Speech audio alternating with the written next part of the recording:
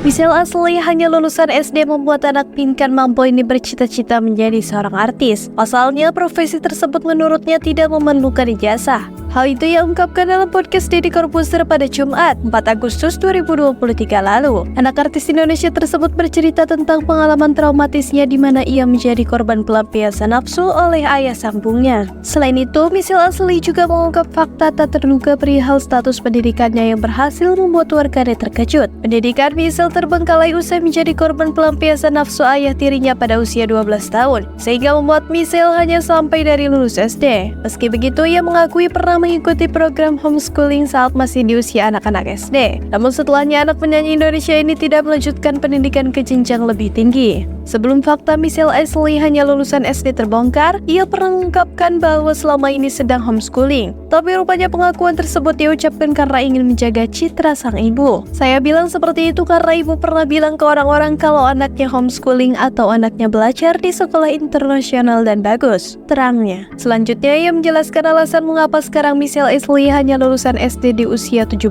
tahun. Ia menduga sang ibu mungkin tidak sempat mengurus sekolahnya karena kasus tersebut. Terlebih saat itu Pinkan Mambo sedang ada masalah besar dengan suaminya. Karena merasa tidak enak hati terhadap publik, Michelle dengan tulus meminta maaf. Hal yang perlu dicatat adalah bahwa ia tidak ingin mencoreng citra ibunya, Pinkan Mambo. Michelle asli yang hanya berbekal lulusan SD ini pun berencana untuk mengejar pendidikannya dengan mengambil kejar paket. Harapannya agar ia dapat melanjutkan pendidikan hingga tingkat perguruan tinggi. Namun untuk meneruskan pendidikannya, ia perlu meyakinkan Pinkan Mambo agar melepaskan dokumen-dokumen penting yang berada di tangan Pinkan Mambo. Michelle asli tidak ingin hanya sebatas lulusan SD, sehingga selain mengejar pendidikan melalui program kejar paket, ia juga merencanakan karir di bidang hiburan sebagai penyanyi atau aktris. Baginya dalam dunia hiburan, kemampuan yang baik lebih penting daripada latar belakang pendidikan formal.